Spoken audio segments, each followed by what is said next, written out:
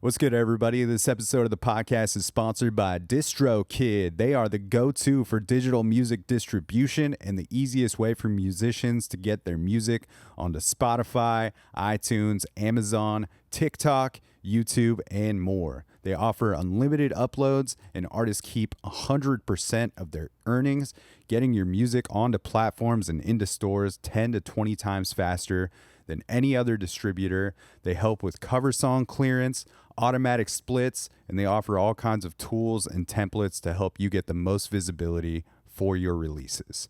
I dig this company and appreciate their business model that offers more features and tools than any other distributor while doing it at the most affordable price for solo artists, bands, DJs, studio artists, and any other creators that are making music or producing music in their home, and they offer label services as well. They've got 3 different tiers that they offer to creators that start as low as $22.99 a year. That's just $1.92 a month. And even their top tier is only $7.50 per month. And the best part about DistroKid sponsoring the podcast is they are offering Dan Cable Presents listeners 30% off their first year of service with DistroKid, making their affordable prices even cheaper for you. I will put that discount link in the episode notes. It will also be in my Instagram bio. Big shout out to DistroKid for sponsoring this podcast for more than 3 years now. Much appreciated. Now let's get into the episode. Look down at the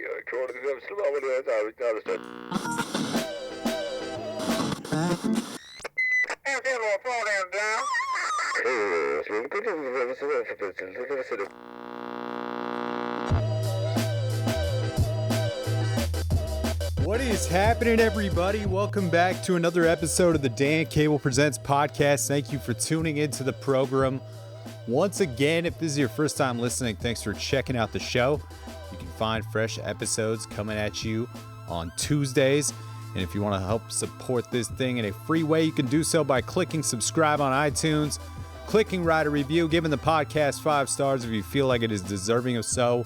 And that will help propel this thing into the tops of those iTunes charts, giving it more visibility on the national and international levels, helping strangers find the podcast in just a great way to contribute to the growth and sustainability of this thing.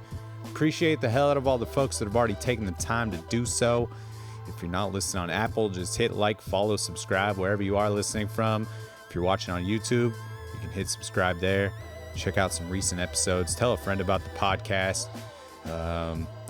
Word of mouth. Still a powerful thing. Hope everybody is doing well out there. I am absolutely cooked from being out at the Pickathon Music Festival all weekend. It was my 7th Pickathon, and the magic of Pickathon continues to live on. If you've been listening to this podcast for a long time, you have probably heard me talking about this music festival that happens here just outside of Portland, Oregon for the last 7 years, or since 2017 when I first started getting to host all the interviews out there. It's just an incredible place for music discovery. They just continue to nail the curation of the festival, and I once again left with a handful of new favorite bands. So if you live in the Portland, Oregon area and you have never been to Pickathon, I will continue to encourage you to do that. And even if you don't live in Portland, if you're someone that likes to travel to music festivals, this is maybe this is by far the best music festival that I have ever been to. There's nothing like it, and it's very difficult to try to put into words what makes it so special. I have the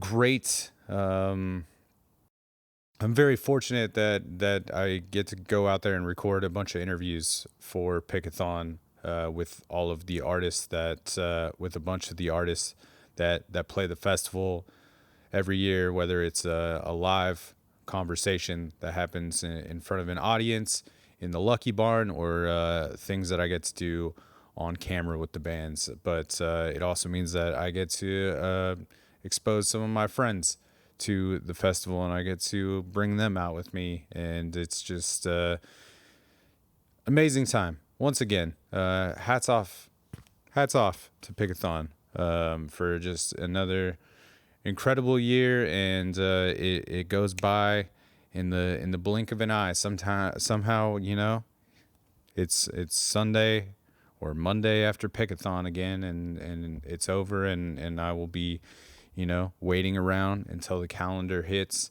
that first weekend in August again for it to come around. So, Pickathon, thank you for having me. There was a lot of local Portland artists out there this year, lots that have been on the podcast. Avery from Amos Hart and Johnny's Day Out, both those bands played out there, and also Rose Gerber was out there. 40 Feet Tall were out there, and that was just the locals on the lineup, not to mention all the international acts that were out there. Surprise Chef, Frente Cumbieros, maybe my favorite set of the whole thing. Unreal. But this week on the podcast, episode 451, Laska is on the show, a band made up of sisters Mookie and Hannah Morton. Saw Hannah out there at Pickathon. They are originally from Minnesota. They've been calling Portland home for the last few years, and they just put out a brand new record called Long, Long Hallway, which has some great tunes on it. I had so much fun chatting with the both of them. Hannah had been on the podcast close to 2 years ago now, I think, to talk about her solo project, Kitchen Congregation. So I know Hannah a little bit. I see her out at shows all the time, whether she's attending them or working them in some fashion. But it was my first time getting to meet Mookie, and it was just a fun way to get to understand their creative dynamics more and just their relationship as sisters. So it was not only an opportunity to get to know Mookie for the first time, but also to get to know Hannah on another level with her sister in the room, maybe shedding more light on her personality. And we talked about making of the new record and how the band has evolved, the live show, and I think most importantly, their sisterhood and what they love about playing music with one another. There's a moment towards the end of the conversation where I asked each of them to describe one another to me, and it was maybe one of the most tender moments in the catalog of this podcast. So if you dig what you hear, support the music, go check out a live show. If you live in Portland, all the links for Laska will be in the episode notes, and we are going to kick off episode 451 with one of my favorite tracks to come out of Portland this year. It's from their new record. This song is called Daisies. Now let's do the damn thing. Catch a tear in your eye. Open, soft seaside moment. Breathing you ruin. Blink and it's gone. Reality so sweet, topped with an impermanent cherry. Ever so push and pull, will it get easy? I know that it never will. I know. All right, we ready? Yeah. You ready to do this, Laska? We're ready. All right. Excited to have you guys. Excited to be here. Thank you. Congrats on your long, long hallway record finally being out in the world. Thank you. Yeah. Does it feel like a relief to finally get to share? Yeah, This- it really does. Yeah. You've been working on it a long time. Yeah. I'm just trying to remember when we started it. I was actually looking through my photos today to try to find a picture and realized that we did like the photo shoot in like January. And we filmed the first music video in like February. Okay. And that was obviously when it was all done. You mean of last year? No, this year. This year. So when we started recording? No. That was when everything was done. Oh, I see. And I see. that was just like when promotion really yeah, started. right. When we decided that we were gonna officially just release it independently, and Yeah. But it's been like at least a full year. yeah, we started recording it more than 2 years ago, I think. Yeah. Did you guys start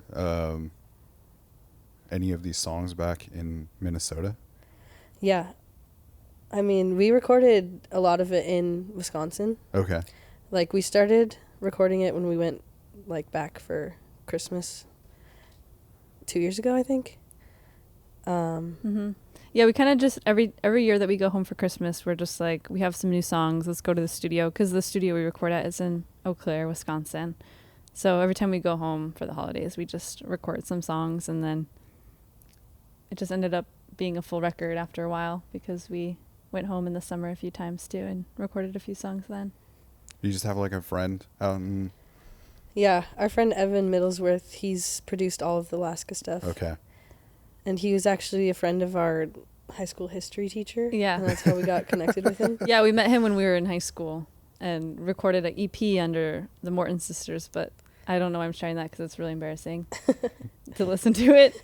But yeah, so we recorded an EP. I think I was a freshman in high school. Oh, wow. In I was, Eau Claire. actually a freshman in college. But Yeah. And that was like our first experience recording ever. And then, yeah. And Just yeah, we made just friends really got with him. along with Evan, and he saw something in us that he liked too, so we just Yeah. kept working together. He's just kind of the guy. Yeah. That you... Yeah. I feel like we wouldn't really be doing music if it wasn't for him. He taught us Honestly, like a that's lot true. of...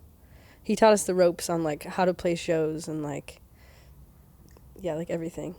It's nice when you have somebody like that in Yeah, your life it to is. help like direct things, because everything is... I don't know. There's no like right way necessarily to do any of this. Yeah. So, you know, if you have somebody that can offer any sort of guidance, is usually helpful. Yeah, it is really helpful. Definitely makes a huge difference, yeah. Yeah, is it also just nice having somebody that you're so familiar with at this point to explore ideas with? Yeah, Yeah. that makes a huge difference, like being in the studio and feeling comfortable and like not feeling like, self-conscious about singing or playing, or just being comfortable in the studio, I think is a huge help also.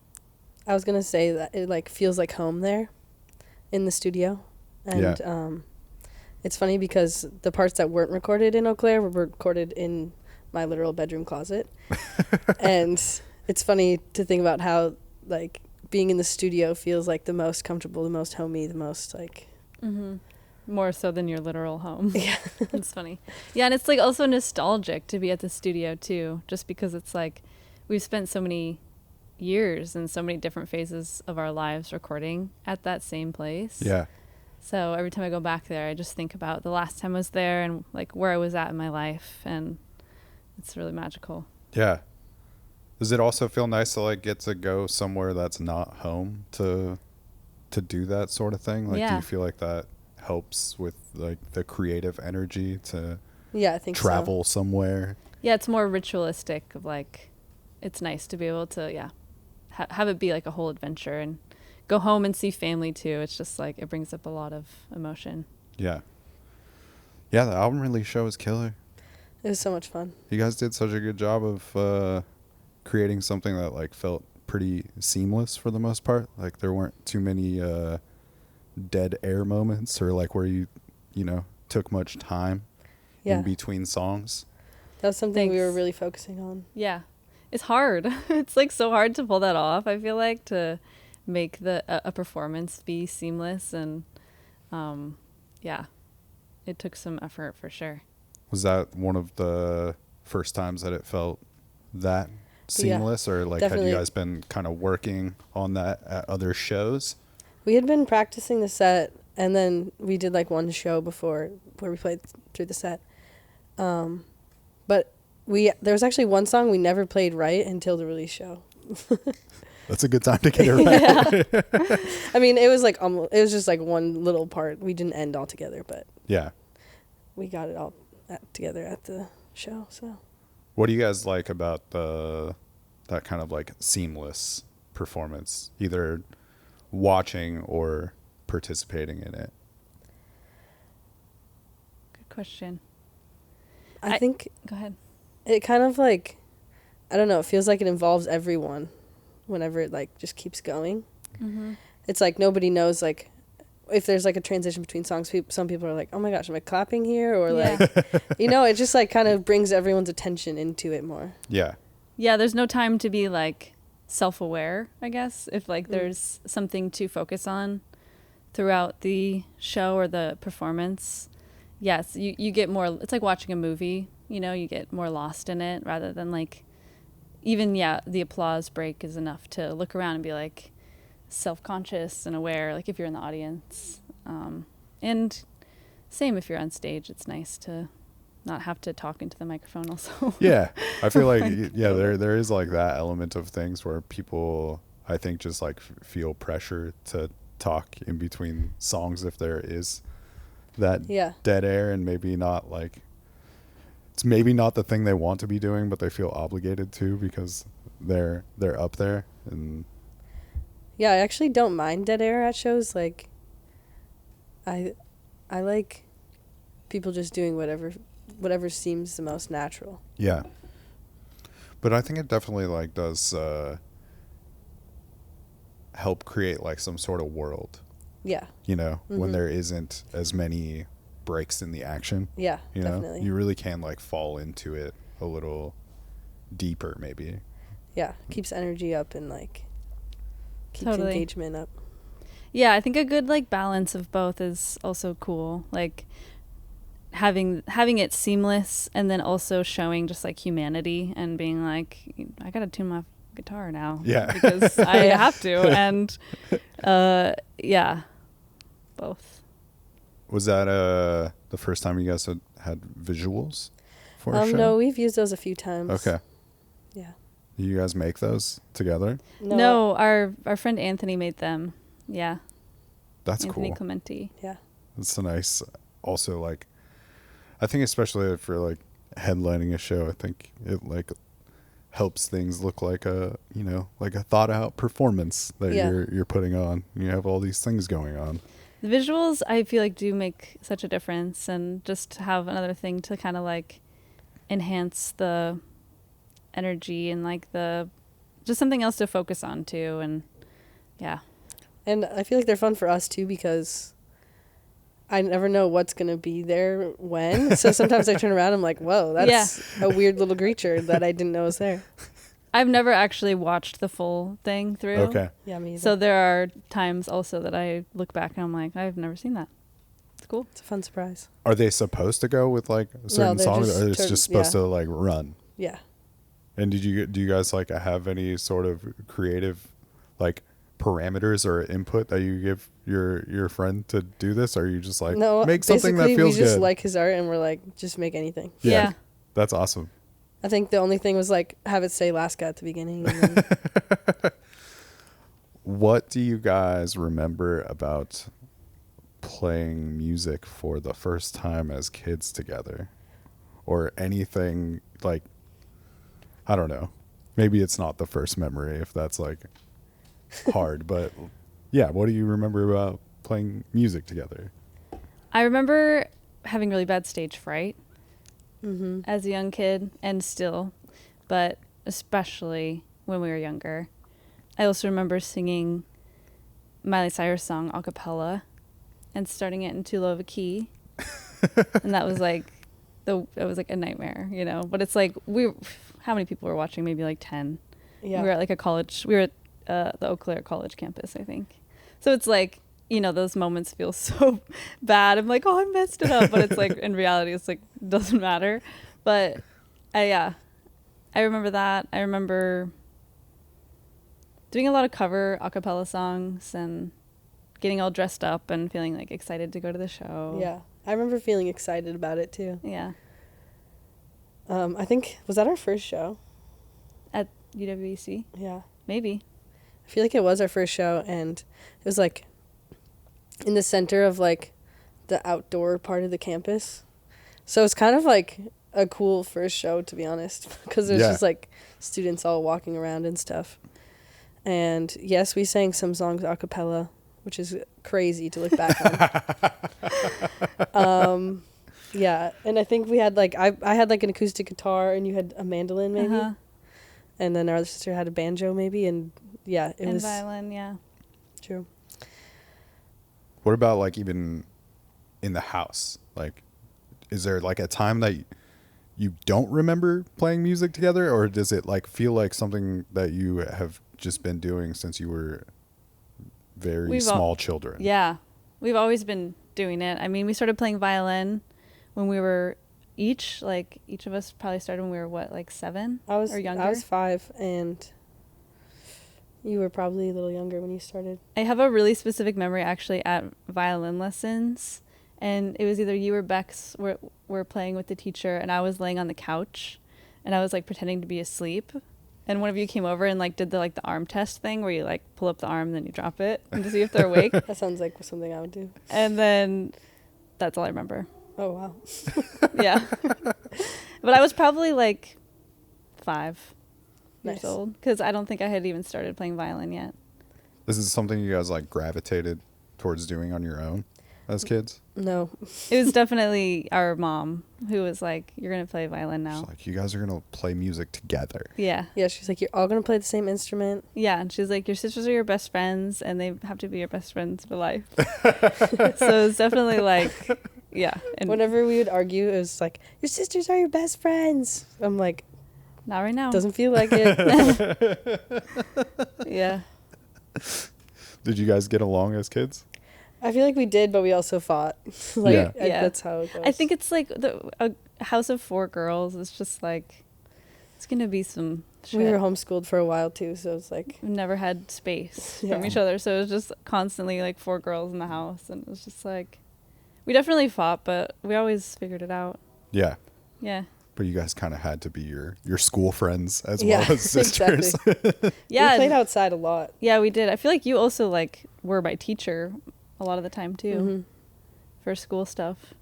When do you feel like you started like playing music together because you like wanted to, opposed to like being kind of like forced to learn instruments? Or I feel like the first thing that was like, well, it was like our older sister's suggestion that we cover this song, and we hadn't really even sang together, so I don't even know why she thought of this. But she Yeah. suggested we sing a song together, the 3 younger sisters of us, and we did that, and then we're like, oh my gosh, we're gonna be YouTubers now. And so then we did a bunch of random little cover videos.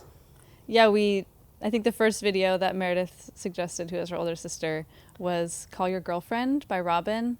But there was like, I don't know if you know Lennon and Macy Stella. They're like these 2 singing sisters. okay. And they like posted a cover of it, and so she was like, "You guys should sing this song together." And then we did like the whole like Tupperware container like Okay. thing. It was just like so like middle school at home YouTube video Yeah. fun stuff. So that's how it all started. And you were having fun. We I was like, got Did I you think joy we out were of it. fun? I was having fun. I think Bex at one point got a little upset during that video, I remember. I don't remember why. But she came back and we made it happen. Is she your oldest sister? She's in between us. Okay. You're the And oldest. she used to be in Laska with us too. Okay. When it was like Laska, or when it was the Morton sisters? Both. Okay. Did everybody start writing music like pretty young, or like how long did this cover phase go on before you were like, I want to try Yeah. writing my own stuff? I feel like I wrote like songs when I was a kid, like very young. And then when I was like 13, I was like, I need a guitar because I need to write songs. And then I guess that's when I started. Same. I definitely was writing little songs when I was young. I was reading my baby book a few years ago when I was home, and it said that when I was 2 or 3, I think, I wrote a song. My mom wrote down that Mookie wrote a song, and it was This is like so sad, actually, kind of. It was like, little sin or big sin, God help me not to sin. It was just like already so Wow. worried about Hell that, yeah. Hell apparently. Put that guilt that was- in there real Yeah, early. that was my first ever song. And then there's also like a YouTube video, and I think I'm in like 7th grade, about an ex-boyfriend, a little heartbreak moment. Just like on piano. It's like I'm playing with one hand. I don't even know how to play piano. And yeah, so I think, and then I feel like we also just like journaled a lot when we were kids. And I honestly feel like the writing part of it was what was more the driving factor. Like, I need to express myself. And the music was like the way to do that. Yeah. But you were always kind of like writing feelings or like journaling or something like that. Yeah. Was there also just is this just kind of a thing of being homeschooled, that there was a lot of like time to explore creativity and, you know, Yeah, have there's a that lot of time? free time for sure. I Definitely. think we were like outside running around a lot of our free time, I think. yeah, I feel like our childhood did give us a lot of time to like express and explore ourselves and not feel like confined by judgment of our peers, like at least at first, you know. Yeah. Until we started going to public school, and just like that freedom to just be kids and do kid shit. Yeah. Yeah. Was there some sort of turning point or a certain time where you guys kind of were like, all right, we're really going to start a band now? I feel like I definitely did that. Yeah. And yeah, I think it's probably the first video I was like, okay, we're doing this now. We're going to just keep doing this and it's going to be fun. Yeah. And then I guess, I don't even know, I think the recording maybe is what made the band thing happen. Yeah. But also like growing up in a YouTube era where that could just be like being a band, or Yeah. with like not really having to play shows, and you could still like put the thing out so that there was an audience for it. Yeah. And we were never like consistent enough or, yeah, good at it. But yeah, I was like, we should keep doing this. I think it also had to do a lot with, that was like the Justin Bieber era. So it was like, Justin Bieber had like YouTube and then got super famous. And so I feel like like growing up and seeing that at that point, that's when YouTube, I feel like, really took off, especially for like music, like people who are trying to pursue music and just like be creative. That was at least my delusion. I was like, Yeah. Justin Bieber can do it. I can do it. Yeah.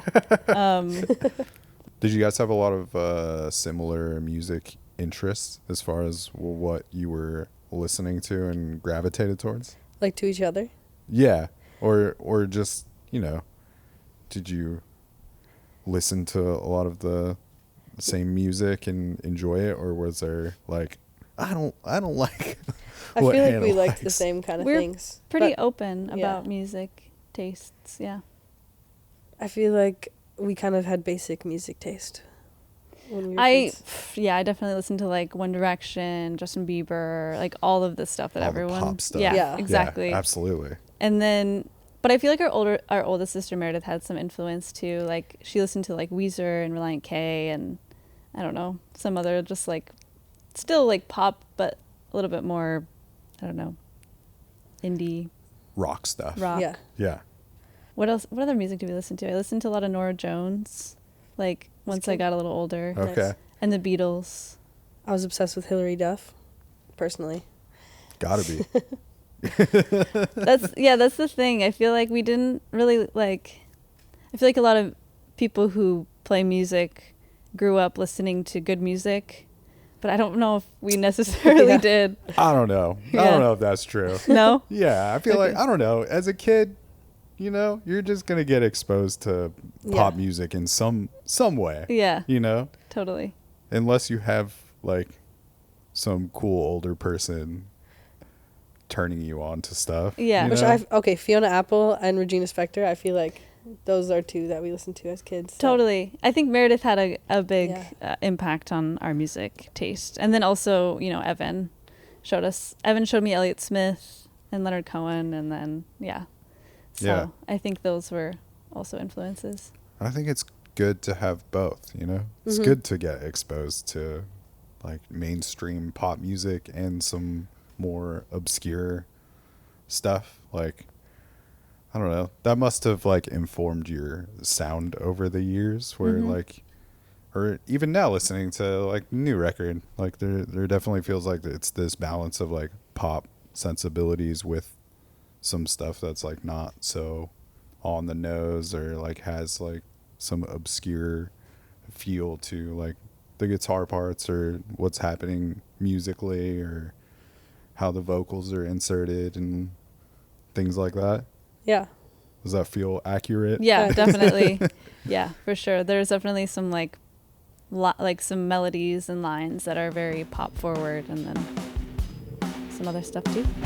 There's not a chance that this is gonna work out. I will admit it's gotten out of hand. I jump back in to problematic habits and call it coping. I am sorry.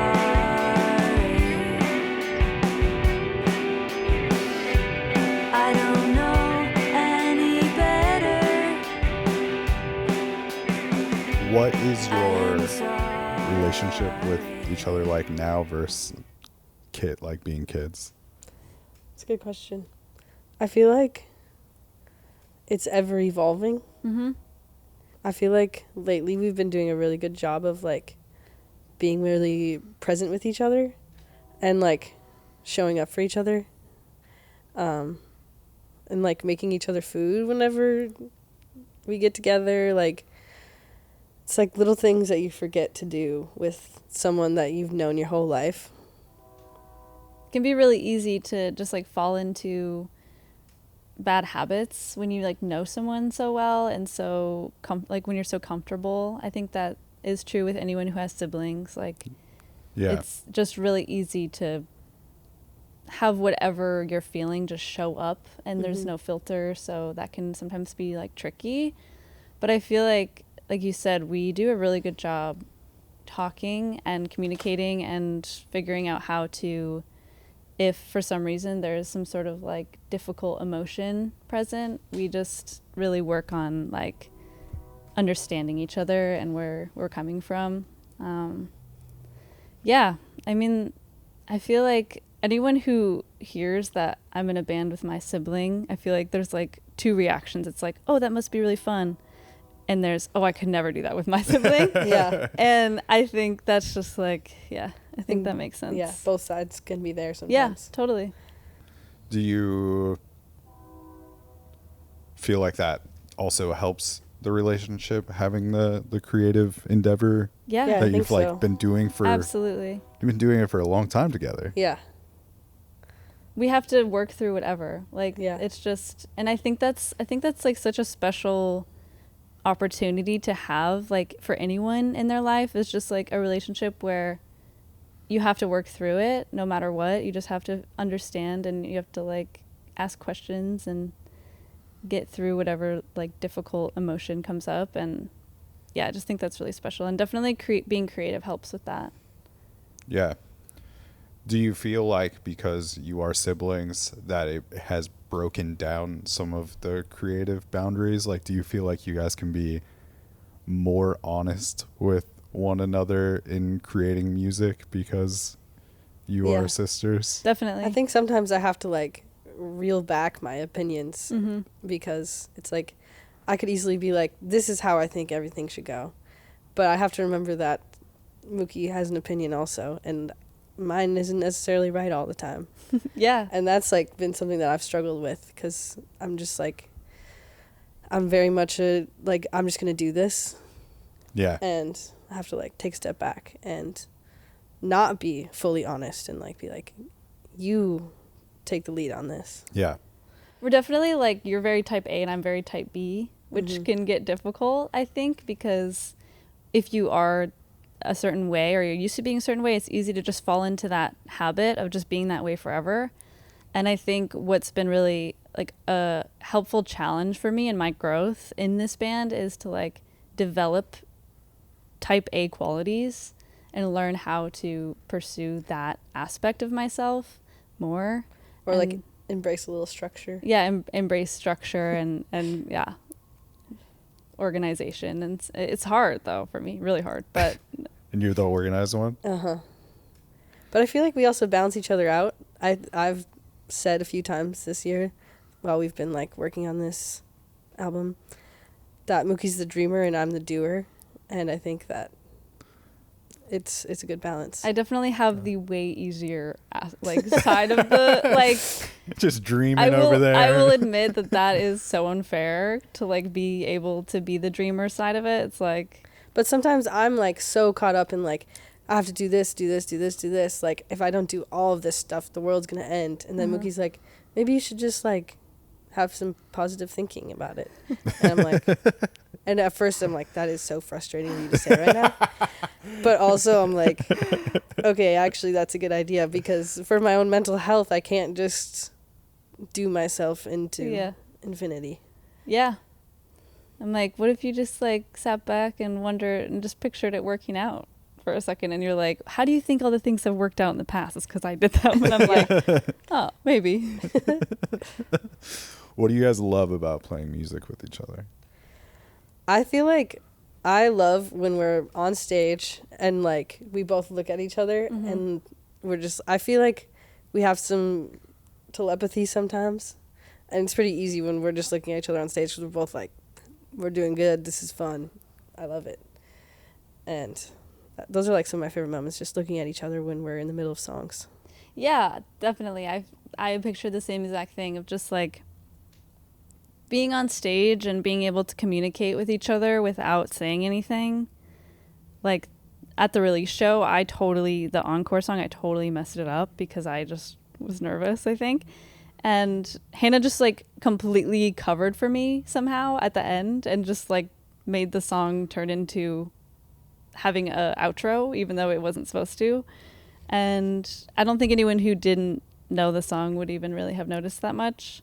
But it's just so cool. Yeah, I feel like it's nice to feel like you have my back when we're on stage, and I can just like trust that. That's pretty cool.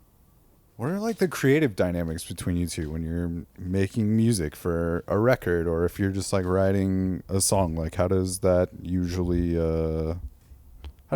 go? We usually just write our own songs and then bring them to each other. So we write separately typically, and then we'll just like show each other a song, or like Hannah will play a song at a solo show, and I'll be like, I like that song, can that be a Laska song? And then we'll make it a Laska song, and then we'll add our own parts. So Hannah will add a violin part usually to my songs, and sometimes a guitar part, often a guitar part. I'll usually add a guitar part to your songs. Yeah, this record was particularly cool for me because I don't typically like play lead guitar. Yeah. But for this album, I wrote lead guitar parts for your songs, which felt really cool. I was excited about that. Yeah, I think in the past, Evan has written a lot of the lead guitar parts, and he wrote some for this one too. But and then we've like learned them to play them live. Mm-hmm. But that was cool for this record. We both made our own harmony guitar parts or lead guitar parts. Yeah. To most of the songs too, and yeah, it's pretty fun. I know you guys both play solo stuff. Is there like ever any pushback when one of you is like, that should be a Laska song, and you're like, I don't think so? I feel like there was one time where I was like imagining it as a solo song when I wrote it, and then Mookie was like, I want this to be a Laska song. And I was like, what?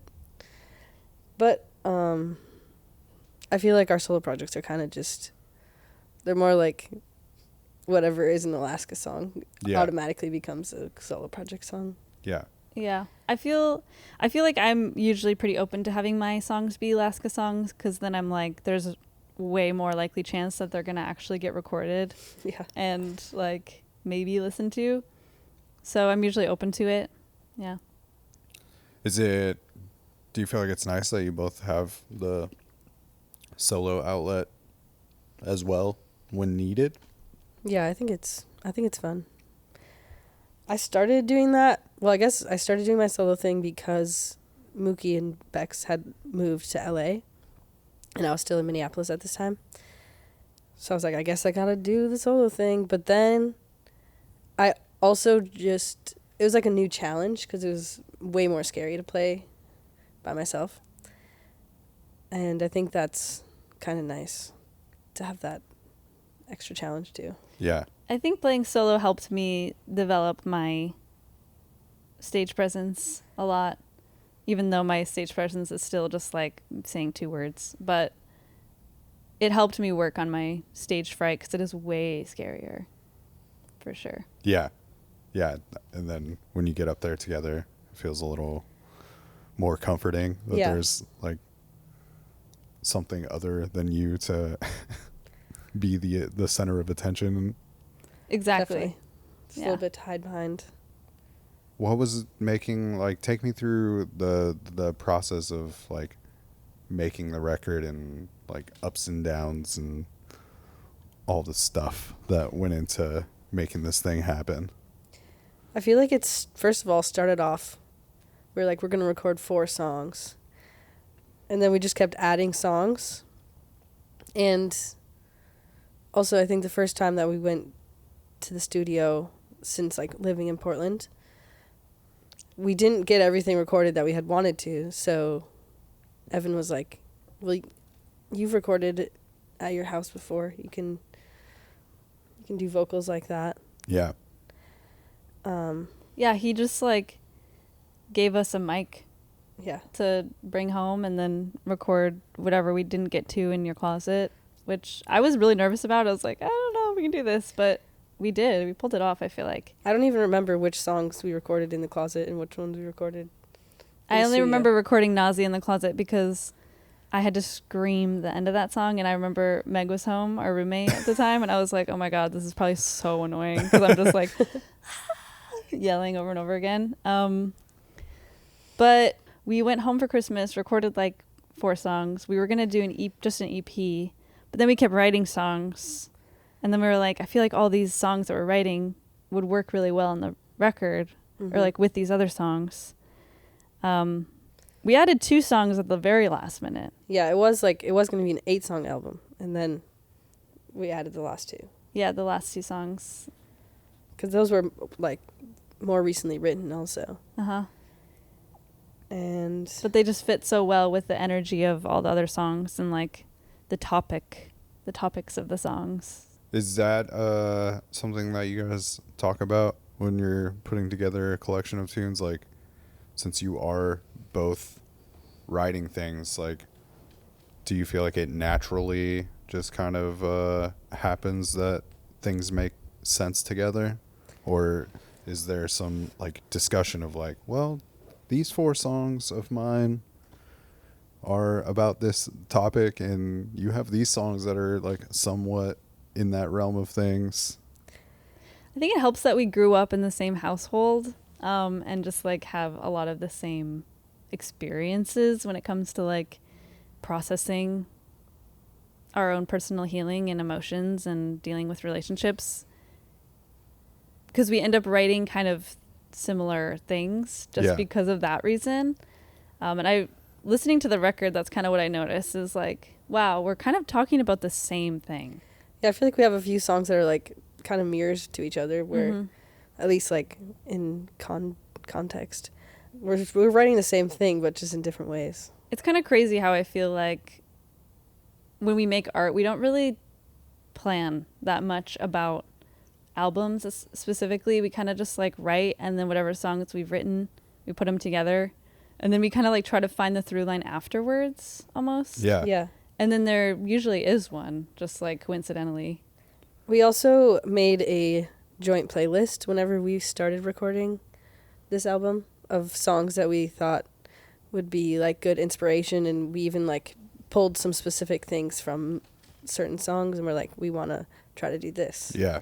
And I feel like that, like having an idea of the sound that we liked and what we wanted to make is also kind of what makes the through line. What do you see now, like now that looking back at the record as a whole, like what are those through lines for Long Long Hallway? I would say like deprivation and like seeking and yearning, wanting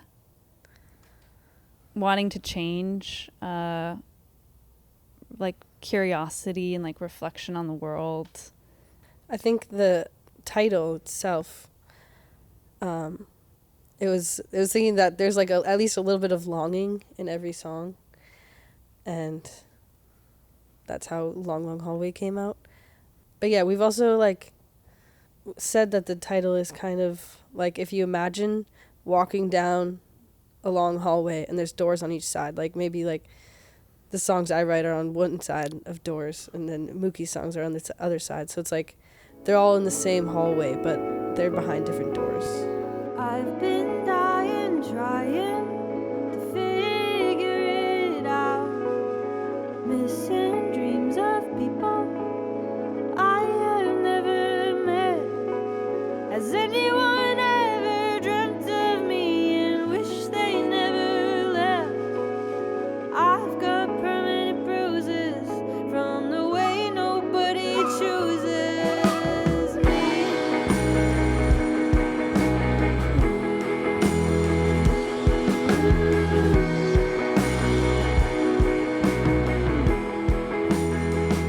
Is it nice to not have the pressure to have to bring all of the ideas as far as like the main bones to a song? Yeah, definitely. And like Mookie writes great songs and I'm a big fan of her writing in general, so it's awesome to be able to like work on those and contribute something, and then it's awesome to have her add something to mine as well. Yeah, I feel the same way. It is nice to not have all of the pressure to write all the songs.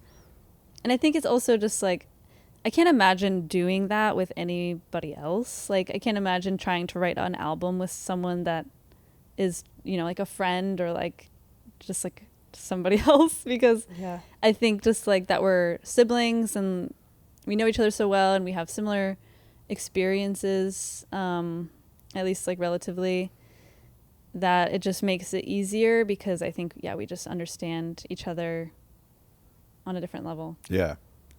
Yeah. And also, like you were saying, you guys kind of have like the same lens for life in some ways, like growing up in the same house, like, and how that has like shaped you and how you express things. I'm sure it feels like similar in some ways, even if it's very different as well. Yeah, exactly. I also think it's rad that I don't think that your voices necessarily like sound that similar to one another, but when you're listening to the record or seeing you guys live, it doesn't feel like a different band each time you switch from like taking over lead vocals. Like, That's cool to hear. I think some bands that have maybe two singers or maybe like one person sings just like a few songs on the album, Yeah. it always sounds like it's like, oh yeah, this is a lot different than what's happening when the like other person is doing it. And I think like listening especially to this new record, it doesn't like feel that way at all. It's like not jarring, and it all feels like the same band still. That's cool. That's good to hear. Yeah, and it does feel like it also like keeps it engaging and like switching things up and getting to hear your different takes on, you know, expression or just the way that you like cadences and stuff like that. You know, how did you guys learn how to sing harmonies? I feel like maybe in church. Yeah, I think in church, because I don't remember specifically like a time trying to sing harmony. I think it was like we started singing in church and playing violin at church occasionally and just started doing it. I actually remember one time one of my friends came home with me after church and we were in the car and she was telling me what harmonizing is. And I remember being like, interesting. And then like next memory I have of harmonizing, I was just harmonizing. And then my mom was like, how'd you do that? I was like, I have no idea. So it just feels like this natural thing to both of you. I think playing violin helped a lot because especially because we played violin like in groups with other people. Like we had a weekly lesson where we played with other people, and you have different violin parts that harmonize with each other. Yeah. So I think just like hearing how harmony works in that way, and then just like trying to reflect that with the voice. Is that something you guys have to like work on a whole lot when you're developing live show or I feel like recording? that's probably the most natural part, I think. It does come. It's the easy part. Yeah, I Yeah. feel like it does come pretty naturally. Yeah. The harmonizing. Sometimes we'll like work out a different harmony if like, you know, the one you start with ends up getting too high, or like, you know, sometimes you will find a closer harmony or just another harmony. So And- there is some workshopping of it, but Definitely. In the studio, usually we'll just like run the vocals, like we'll just run the song a few times, and one of us will just go in the booth and try the whole song and try to come up with a harmony, and then we'll try it again, try things a little differently, and then we'll isolate to like one verse or one chorus. And yeah, I feel like it also becomes kind of evident just like how we want to refine where the harmonies go, just like by the feeling of it. Yeah. I feel like you just keep getting better and better at that as time goes on too. Yeah. it's definitely gotten easier. And I feel like we always basically agree on that. It's never like, I really want to sing harmony on this part, and then like this line. It's always like, yeah, this line needs harmony, this one doesn't. I don't know how, but Yeah. What when you guys are making the record, is there any thought about how it will translate in the live show, or do you try to just focus on making the best record possible and figuring out the live stuff later? we usually do it that way, I think. yeah. I think there's like a little thought from me on what the live show will look like, but we've never been like, the live show needs to be exactly like the record, because we couldn't do that at this stage, because there is like piano, violin parts Yeah. that I can't play while I'm playing guitar, so Right. it's more so like, yeah, let's make it sonically everything we want. Did you get to play these songs a lot live before you recorded them? Some of them we did play, some of them we didn't play at all live before we recorded them. Do you like going one route over the other? Or do you like find it helpful at all? Like if you get to play a song live a few times before you go in the studio to like make sure that's like really the version? Yeah, I think it can be helpful to play it live and see like how it evolves and grows. But then also things change in the studio too, so maybe it can change both ways, and that's okay. Yeah. I think sonically, yeah, it is really helpful to play songs live before recording them. But then I think like vibe wise and like emotionally, for me, if I play a song too many times, by the time I go to the studio, I'm just like, okay, here's the song that I wrote and now I don't feel anymore. And so it's kind of nice when it's like a fresh song and then I record it because I'm like, oh, this is still really relevant to me. Yeah. Yeah. And I kind of like having that version be the version that's recorded, but it also usually sounds probably better if I have played it a few times before I record it. I feel like bringing it to the studio first also can make it more intentional with like, where is the guitar parts going to cut out? What are the drums going to do? Whereas if you just play it live, you might just play it straight through, and then that might be the version that gets to the studio. Yeah. So I kind of think bringing it to the studio first is my preferred method. We do a lot of workshopping in the studio for songs and like changing them a little bit. And I think that is because we have the privilege of like recording with someone who's not charging us by the hour Yeah. or charging us at all. So it's like, yeah, I don't think everyone has that privilege because a lot of people, when they're recording, they have to go to the studio and like do it in this amount of time. So they have to be so prepared. Yeah. Yeah. Do you feel like you're always able to kind of capture the energy that maybe you're like the initial idea of a song or like a demo version that you made versus like getting in the studio and trying to kind of like capture that energy? Is there ever any sort of barrier there where you're just like, oh man, I'm just like not finding the thing that like sparked this song initially? Yeah, like trying to tap into the energy. Yeah, like that raw energy that you find when you like picked up that guitar and like wrote that song for the first time. Sometimes my favorite version of recordings is literally the demo on my iPhone. Yeah. Like, and because of that reason. And it definitely can be hard to manufacture the energy of the song in the moment. But I feel like I can do it if I try. Like, just tap into where I was when I wrote the song and like just really listen to what I'm saying and remember how it felt when I was writing it. It can be challenging, but I definitely enjoy like that challenge of trying to tap in. I feel like whenever I'm doing vocals, I'm always trying to really like feel them. Because for some reason, I believe that if I listen back to it and I know that I wasn't feeling it when I sang it, then I'll be able to tell when I listen to it. Yeah. So I think I'm usually pretty like cognizant of that. And I think Evan also is very intuitive and intentional, and he'll be like, what's this song about? Like trying to get us back into that place whenever we record too. What does feeling something like while you're doing it like look like versus like just kind of like going through the motions? I think just like thinking every word and like putting yourself into that situation. Maybe thinking about actually writing the song or like what happened to make you write the song. Yeah, I don't know. There's I guess like brain turned on or just brain in passive mode. Yeah.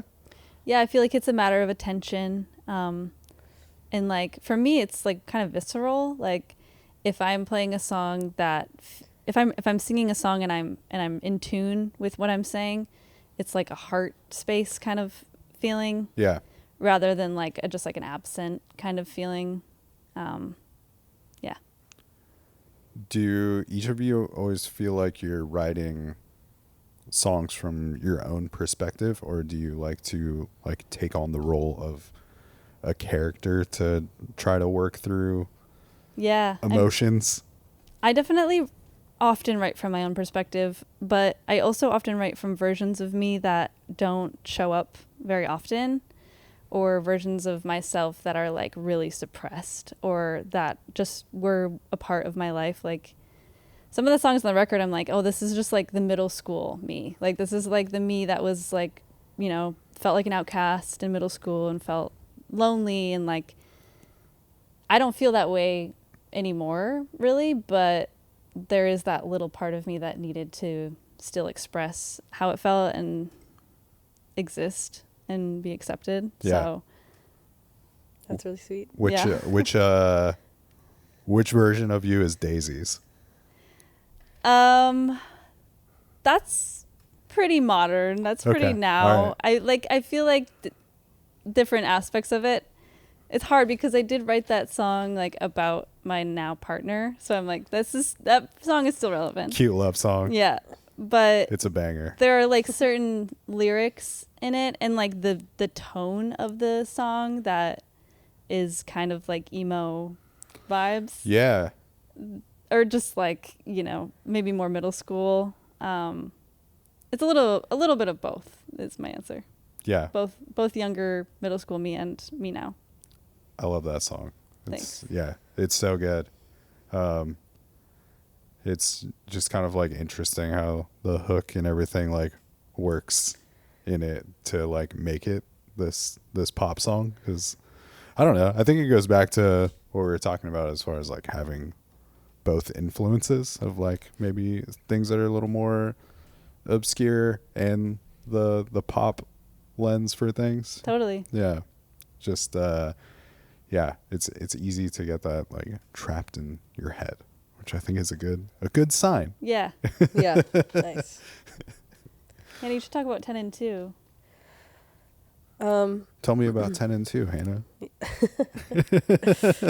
I guess this is the character question. I think I like to tap into characters a lot in my writing. 10 and 2 was came from like a songwriting challenge, I think. Anyways, people were giving me dice that week. Okay. Like 2 different people gave me dice in the same week. I don't know why. I'm not like a gamer. So I was like, what does this mean? And I looked up, like, what's the meaning of receiving dice? And it was like, maybe you should embrace change, embrace spontaneity, embrace randomness. So then I, like, sat down and wrote this song that's it's, like, sung to Bella. Yeah. And, yeah, Bella is me and Bella is not me also. What do you like about, like, having something like a Bella to, like, express things through? Nice to like distance yourself and be like, you can kind of say what you think Bella needs to hear without it being what you yourself needs to hear. Absolutely. I feel like it takes the shame out of it too. Yeah. It's like that, old trick that everyone says to talk to yourself the way you talk to your friend, which is like so impossible when people say it. I'm like, I don't know how to do that. But I think writing songs about your own experience, but like putting it under a moniker, like someone else's name, is just like takes the pressure off. Yeah. Yeah. Yeah. Hannah, is that very much like you to, like, I don't know, receive dice and like try to figure out the meaning, or like are you like someone that has a dream and you're like, what does a dream about a car crash mean? Or I feel like that's more Mookie. That's definitely me. I feel like I probably texted you about what does it mean to I receive dice. remember the moment really vividly. We were in your car and you were like, people keep giving me dice this week. And I was like, oh, you should look up what that means. Yeah. And then you looked it sounds up. right. okay. So I definitely had influence on the looking it up, what it means thing. What do you like about working off of a song prompt? Or not like about working off a song prompt? I feel like we have different opinions. We on this. definitely have different opinions. I like it because I think it gives me an opportunity to create something that I would not have made, which I think 10 and 2 probably is. I think Sylvia is. Liminal definitely is also. Like, I don't think any of those songs would exist without having a challenge prompt type of situation. Yeah. And you're on the flip side. I just I'm don't like being assuming, told Mookie. what to do, I think, is my problem. Because I'm like, don't tell me what to write about.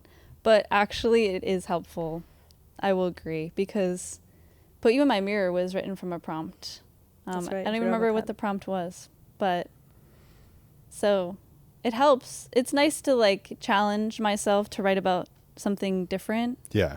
I definitely have the habit of writing about the same things over and over, which can obviously get redundant. So yeah, I think it's helpful, but I think I just am stubborn. Yeah. And like forcing you to write about something isn't always going to bring out the best energy out of you, because you're just like doing it with a little bit of spite. Like, Exactly. I Yeah, don't like it's just it. it's just like demand avoidance. It's like, okay, now I'm supposed to do this, and Yeah. now I don't want to, even though it's probably gonna end up being helpful. Yeah. Do you feel like you've I don't know, it seems like you guys have like inserted yourself into the community here well, and like kind of quickly in some ways? Does that it feel feels that way. Yeah. Do you, I don't know, what do you attribute that to? Is it just kind of like showing up to shit, or? I think PDX Songwriters was like the first thing, because we did the holiday hits. We moved here in October, and then we did holiday hits that December. That was the first thing that we did musically, and that like kind of started us meeting some people in the music community. I think also we just played a lot of shows. Actually, I think we started playing Laska shows on accident, kind of, because Yeah, we did. you were supposed to have your other band, Harlow from Minneapolis, come out and play a show at Kelly's Olympian. And then, like, they couldn't. They backed out. And so then you were like, well, I feel like I need to fill this slot because I already booked it. Yeah. And you were like, do you want to just like play a duo Laska show? We've never done that before. Yeah. So honestly, I feel like a lot of it was like kind of just happened. I definitely think PDX Songwriters was helpful. And I remember like the holiday hits thing. We had first moved here and I was like overwhelmed for no reason about everything. And I was just like, I don't want to do anything and I don't want to meet anyone. And I was just like really struggling to like feel the like willpower to do that. But you were just like, we're doing it. And I was like, fine. And then we did it. And it was so helpful. And yeah, and then we played the show and I was like nervous about that. And I was like, I don't know, should we? And then you were like, let's just do it. And I'm like, okay. I feel like that's how a lot of things happen. I'm Yeah. like, let's just do it. And then you're like, okay. And then you're like, yeah, that was a good idea. And then I'm like stressed the whole time until it works out and then we're good. Yeah. It was just cool to see, you know, how many people showed up on a Sunday to Mississippi Studios for your album release for not being in town for that long is, yeah, it was very cool. That was very like heartwarming. I feel like I'm always scared playing last on a weekday, any day really, because people are tired. I'm tired too. Yeah. And just seeing like when we got on stage that the room was full, the balcony was full, and I was like, this is so awesome. I'm so happy that everyone is here. Yeah. Yeah, I feel like we are lucky. I feel like a lot of it just comes from that, just like getting lucky. And Portland is a really like friendly city. People are open to meeting new people. That was a really big relief for me coming from LA and having zero friends and really just feeling so alone all the time. And then coming to Portland and going to a bar and just like people being ready and open to talk. And Hannah and I do this thing called Dare or Dare, which is like truth or dare, but you can only pick dare. And this is how we meet friends. Hell yeah. That is how we made We our go to first bars. friends when we moved here. Yeah. We go to bars and then we just dare each other to do stupid shit. And then we meet friends who are also interested in just being stupid. Silly. Yeah. What give me an example of one of these dares? I Like feel what's like a memorable dare? The that- most memorable one You can say it. is it wasn't even either of us that dared her to do it. A stranger, after seeing us play Dare Dare, dared Mookie to drink out of a puddle with a straw. And she did do it. Fuck yeah. And I got really sick. But that's my legend now. Yeah. That's now I have like a something that will go on my epitaph or whatever. Drank out of a puddle with a straw. Brutal. Yeah. I appreciate the commitment. You gotta commit to a dare. Most of the time it's just like you walk across the bar and then you trip, or like You turn someone's hat sideways, or you ask someone to tell them your name. Like go up to someone and be like, "What's my name?" Nice to meet you. What's my name? Yeah. And Just they're silly like, "I don't know." things. And you're Yeah. like, "What's my name?" And you're like, "Okay, whatever." And now you have this group of friends that you were also making play this. We have some friends from that, and some of our friends hate it fully. Some of our friends are not going supportive. anywhere Never doing with that. you guys. Yeah, it can be a lot. I can understand like that it can be obnoxious, but I also think it's fun. We kind of bring it into the band too. We like to do challenges whenever we're on stage, which I feel like we unfortunately didn't really do that many challenges for the release show, but You had a challenge and you didn't do it. I forgot. Dang. Hannah's challenge was to say before any song, this next song goes out to Spirit the Stallion. She didn't do it. But I also forgot what I was doing most of the time during that show because I was just like blacked out. I feel like, we also made it so that there wasn't that many points where we were talking in between songs. That's so. true. Yeah. Because you guys are so close, what is it like bringing other people into the band as far as the people that are playing these live shows with you? Do you have to be conscious of that at all? Definitely. Or I think sometimes, like, whenever we first started playing with Kai and Max, we told them, don't forget that we're siblings. We're probably going to fight. You just have to ignore it. Yeah. And, like, Kai is an only sibling, or an only child, so he sometimes gets uncomfortable when we're, like, bickering. And we have to remind him, like, it's okay, everything's fine. Or we're like, okay, we got to go outside and talk this out. Yeah, I think it is alarming for sometimes. It's alarming for people sometimes, but we definitely just keep making that disclaimer, like, this is just how it is. We're siblings. This is how it was when we were growing up. Just like this is how we talk to each other in our family, and we are like trying to yeah, actively not talk to each other in like tones, but Yeah. it's difficult takes sometimes. time. Moments of stress. And then there's just other people in the room watching. Yeah. Like, what is It's happening? uncomfortable, I'm sure, for other people sometimes, and even for me too. I'm like, sorry, Yeah. but just be like that. Yeah. I'm an only child, so just either managing bands or tour managing bands. I've seen some shit on like in the car, Yeah, I bet. on the road, where just like, oh, okay, these two people are just gonna full on have this this screaming match. Like That's unfortunate. shit's intense. It's actually crazy how much like siblings I feel like can like be like, I hate you, and then 2 hours later you're like, can I borrow your t-shirt or Yeah. something? Like it's just so normal to like, we don't obviously say that we hate each other, but it's just normal, I think, for siblings to like have that like really dramatic dynamic. Yeah, Definitely. that makes sense. Yeah. But also, like, that's so special that you guys get to do this together. It is pretty awesome. Yeah. Yeah. Like, Agreed. I think not everybody gets to experience those sort of things, and especially going when you get to play outside of the town that you're living in and like have those experiences, and just being put in uncomfortable positions of like playing live shows in front of people. Yeah. Like, I'm sure that contributes to the bond. Yeah. Quite it's a a fun bit. thing to grow together in. Every time we play a show afterwards, I'm just like, wow, I'm so grateful. Like, whether it be to like two people or whatever, I just feel so grateful to be able to play music and like with people that I love, and just like get to hang out with my friends, and it's really cool. Yeah.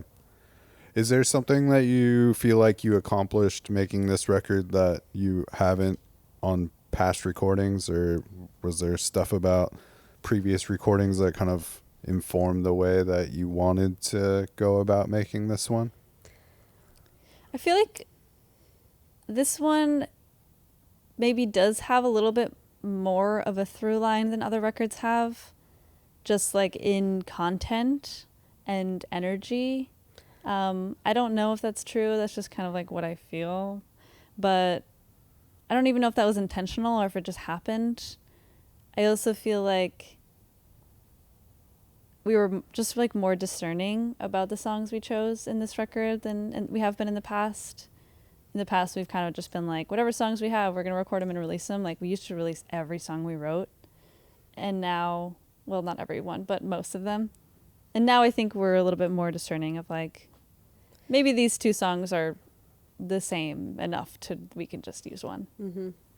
I think also having like the playlist of what we wanted to sound like and being able to like refer back to that throughout the whole process kind of helped with that, giving everything the same like color. Mm-hmm. Yeah. I feel like this record was also the one that I participated in the most in like the, not that I participated that much, but in the production side of things, of just like, oh, I want this song to start with drums and then I'll come in on this part, or like having more of a vision for the songs this record. I definitely haven't done that as much in the past. I'm sure that's nice to like feel like a little more ownership in some ways when you get to participate in that way too. Yeah, just feeling like I helped form it more than other songs. Yeah. I feel like a lot of times it is it's nice when someone else can like tell you about someone. So can I dare you guys to like tell each other, like tell me about like what each of your personalities are? Yeah. Wait, so we're talking about each other's You're going personalities? to talk about each other's personalities. Okay. This is scary. Either of you can start. I'll let you guys decide. Okay, should we just like kind of ramble, or do you want to ask a specific question? just like if someone was like, Mookie, what is Hannah like? Okay. Tell me about Hannah. I would say Hannah is someone who has a very like special understanding of the universe, very observant and careful, very like brave. Honestly, I think brave is like one of the most accurate descriptions of you because you are so forward moving and just like you said, like you just go for it and you just do it without kind of overthinking it. But it's not that you don't put thought into things. Like when I was listening to some of the songs on the record, you know, after singing them so many times and playing them so many times, I was like, wow, these lyrics are so like interesting because they are so magical. Like they just like describe really like difficult things to describe about the human condition in life that not a lot of people can put into words, and they're so subtle. Yeah. Agreed. Yeah. Like that line you have about bruises. What song is that? Sylvia. Yeah. Very it's very cool how you describe those things in that particular song. Thank you. I think also like the Cancer crab is really relevant because you're a Cancer sun and moon, right? Cancer, Sun, and Rising. I always get that Dang, wrong. what does that even mean? So the shell, you have this like shell, you know, I think when people first meet you, they don't assume that you're someone who's like really like fun loving and like silly goofy. Like people don't see that side of you at first, I don't think. But then like once you open up to people, you are like a very like warm, sunny, fun person. So yeah, I would say in summary, brave, goofy. Goofy is like a big one. Goofy, brave, and like I want to use a word that's not like so like capitalism centered, but like successful. Like, yeah, Driven. Yeah. Does that mean you have a birthday coming up or Yeah, just my had a birthday is birthday? tomorrow. Oh, sick. Yeah. Happy birthday. Thank you. Yeah. And she's got a Capricorn moon, and there's a full Capricorn moon tomorrow. I'm on that. Apparently that's like big. It's cool. I'm also a July birthday, but I'm on that cusp where I Ooh. become the Leo. I see. Yeah. Nice. Yeah. All right, Hannah. Okay. I dare you to tell me about This is like Mookie. the most wholesome dare we've Yeah, ever it done. is. I mean, I wanted it to be wholesome. I like it. Mookie is like a very compassionate, loving, like kind to her bones person. I feel like she's the person that will give you anything she has at any point in time. Like if you want it, she's like, yeah, here you go. No questions. She's not even worried about if she's getting it back probably. And she's like, she has a wonderful understanding of astrology and like the spiritual world, and she can like help you understand things about yourself that you couldn't by yourself. Mookie's the kind of person where she walks in the room and everyone pays attention, and then like people know when she's not there. I And I'm feel like, like she stop. hates that also. Yeah. I'm like, She stop hates doing that people care. That's sweet. Yeah. And yeah, she's just bright and loving. Do you feel like that both of you get to learn things about each other that you wouldn't if you weren't writing songs together in this way? Definitely. Yeah, for sure. I think that I've learned a lot about you from your lyrics, because I feel like even though we're really close, you have a shell for sure with a lot of people, and like being able to analyze your lyrics has given me a lot of insight into your internal world even. So yeah. I feel like similarly, I was like writing up all of the lyrics whenever I was uploading the album, and even though I've sang the songs with you, like seeing them spelled out, I was like, wow.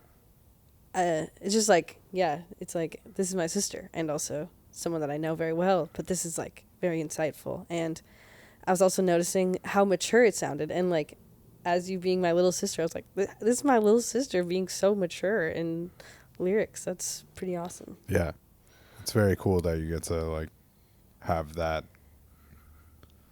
I don't know, just be able to examine things, I guess, in that way. Because, I don't know, often I think like songwriting, you do get to express yourself the way you want to, Yeah, even definitely. in conversation. So when you get to like take part in that in some way, or even getting to like sing each other's words when you're singing harmonies on things, you know, you get to like embody that maybe a little bit. Yeah, definitely.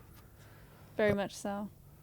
Have you guys ever tried a thing where you have written a song but had the other sing like lead on it? We have done that. Yeah, I think on Endless Patcher, there's a song that I wrote that Mookie sings. Yeah. Does that feel like a very weird It thing? yeah, it did feel kind of weird, but I remember I was listening to that like somewhat recently because I forgot that I sang that song, and I thought that was cool. Yeah. And I feel like the reason that I had for that was it was like a love song, and Mookie was in a relationship at the time, and I was just not feeling love. So I was like, Mookie, I think you should like embody this and sing this song. Mm-hmm. Well, very cool. I'm glad that you guys, you know, have this record out in the world. Me too. Thank you. And so glad. it's full of really great songs. So Thank you. congratulations. Great job. Thank you. Thank you. And yeah, very fun to get to talk with you guys. Thank you for going through that last exercise. I Yeah, feel like that was awesome. you both have like such a, you know, it's a unique perspective to get to share about your bandmate because you are also siblings. So Yeah. I thought that would be kind of fun. Yeah. Thank you for asking such great questions. Yeah, and it's really leading I us really through this. appreciate that too. It's fun to answer questions like that. Hell yeah. I want to play the episode out with Incongruencies. Nice. Sweet. That's one of your jams. Yeah. What do you remember about writing this song? It's actually crazy. I wrote this song so long ago, like possibly in 2017, and completely forgot about it until one of my friends like was stalking my Instagram and commented on an old video of it. Okay. And I was like, that song is kind of fun. And so then I think I rewrote the second verse or a few lines, but I think that was like, it really felt exploratory when I was writing it, and I wanted to shock people a little bit with the lyrics. So Yeah. that's what I remember. It's one of my favorites off the record. Hell yeah. I'll put all the links in the episode notes so people can keep up with y'all.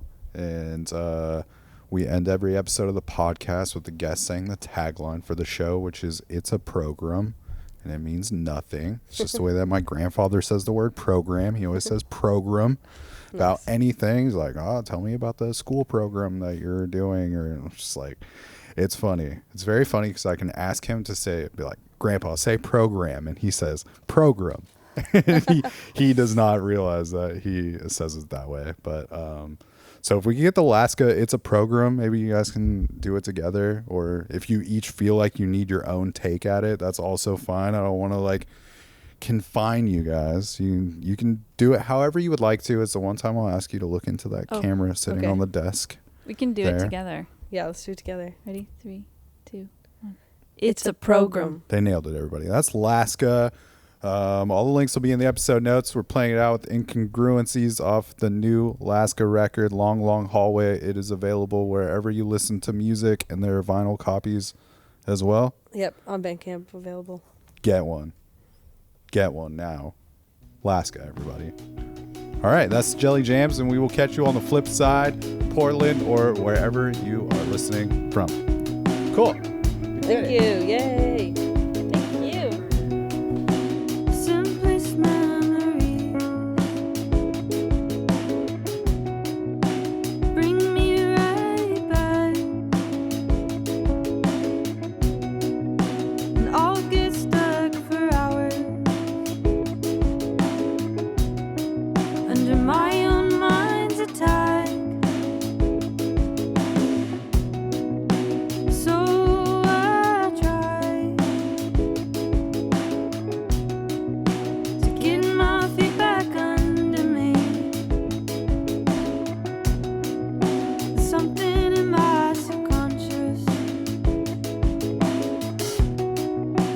ruins me